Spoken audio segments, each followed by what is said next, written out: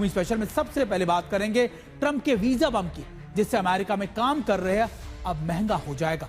भारतीय प्रोफेशनल्स के लिए एक बड़ा झटके के तौर पर इस फैसले को माना जा रहा है। अमेरिका अब H-1B वीजा के लिए $1 लाख यानी करीब 88 लाख रुपए वसूलेगा। राष्ट्रपति डोनाल्ड ट्रंप ने व्हाइट हाउस में इस ऑर्डर पर साइन भी कर दिया और अब तक H-1B वीजा की एप्लीकेशन फीस करीबन 1 से 6 लाख रुपए थी, लेकिन अब इसको बढ़ा दिया गया। हम आपको अब बताते हैं कि आखिरकार क्या होने वाला और क्या हुआ है। दरअसल H-1B वीजा शुल्क में बदलाव किए गए। पहले ये करीबन 1 से 6 लाख रुपए थी, लेकिन अब ये 88 लाख रुपए कर दी गई है। यानी आप देखिए कितना ज्यादा इजाफा अब डोनाल्ड ट्रंप प्रशासन की तरफ से किया गया है। और ये वो वीजा है जो H-1B वीजा, यानी जो आप कह सकते हैं जो इंडियन प्रोफेशनल्स के ऊपर सबसे ज्यादा असर डालेगा।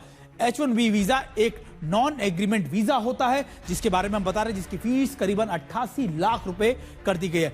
लॉटरी के जरिए दिया जाता है और H-1B वीजा को जो है वो लॉटरी के जरिए दिया जाता है। इसके अलावा H-1B वीजा की समय सीमा 3 साल की होती है और हर साल इसकी फीस जमा करानी होती है, यानी 1 साल की फीस अब 88 लाख रुपए हो गई है। जरूरत पड़ने पर 3 साल की बढ़ोतरी भी की जाती है। और अगर आप देखें कि रिव्यू करवाने की फीस अब होगी 88 लाख रुपए, यानी आप बात करें तो इस फीस को 88 लाख रुपए कर दिया गया है। और ये प्रशासन ने, डोनाल्ड ट्रंप ने इसको लेकर फैसला भी ले लिया है। आपको यह भी बताते हैं कि आखिरकार इसका क्या प्रभाव पड़ने वाला, आखिरकार इसका असर क्या होगा, वो भी आप समझ लीजिए।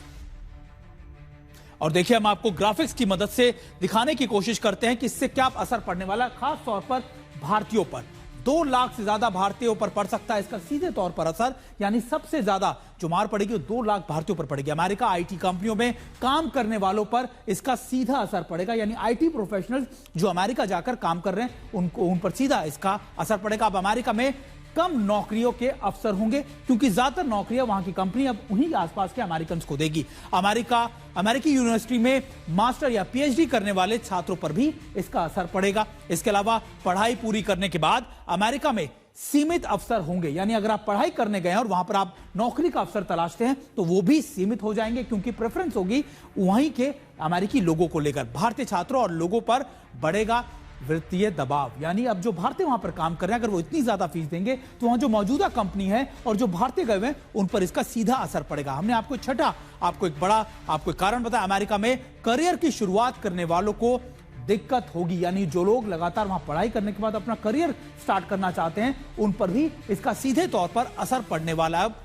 अगर 8वां कारण देखें, अमेरिका में अधिकतर भारतीय स्टेम क्षेत्र में कार्यरत हैं, यानी आप मानिए कि जो लोग जो आईटी प्रोफेशनल्स हैं या फिर दूसरी कंपनियों में काम करते हैं उनके लिए सबसे ज्यादा इसका असर पड़ने वाला है। अब आपको 9वां असर दिखाता है। मिड लेवल और एंट्री लेवल कर्मचारियों को वीजा मिलने में मुश्किल आएगी, यानी मिड लेवल और जो आप कह सकते हैं जो स्टार्टिंग में होते हैं उन लोगों को इसमें दिक्कत आएगी। हाई प्रोफेशनल्स के लिए अभी भी अमेरिका के लिए दिक्कत इतनी नहीं होगी।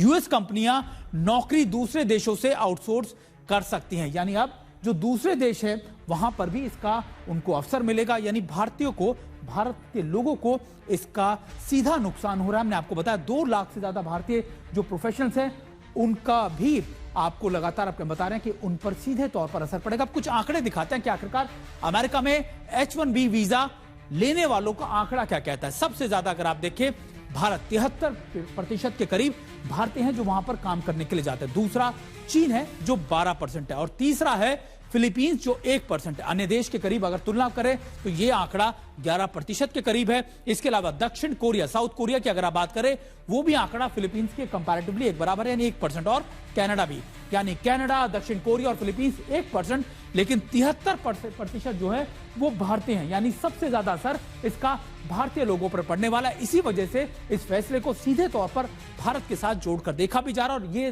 ज्यादा कंसर्न इसलिए क्योंकि कई भारतीय कंपनियों पर भी, आईटी कंपनीज और स्टार्टअप कंपनियों पर भी उनका बहुत ज्यादा असर पड़ने वाला है। यानी अब सीधे तौर पर अगर आप देखें, अगर आप इसको इस तरीके से समझें कि भारतीय कंपनियां जो हैं वो इस पर सीधे तौर पर अगर आप कहें वो उसका असर पड़ेगा।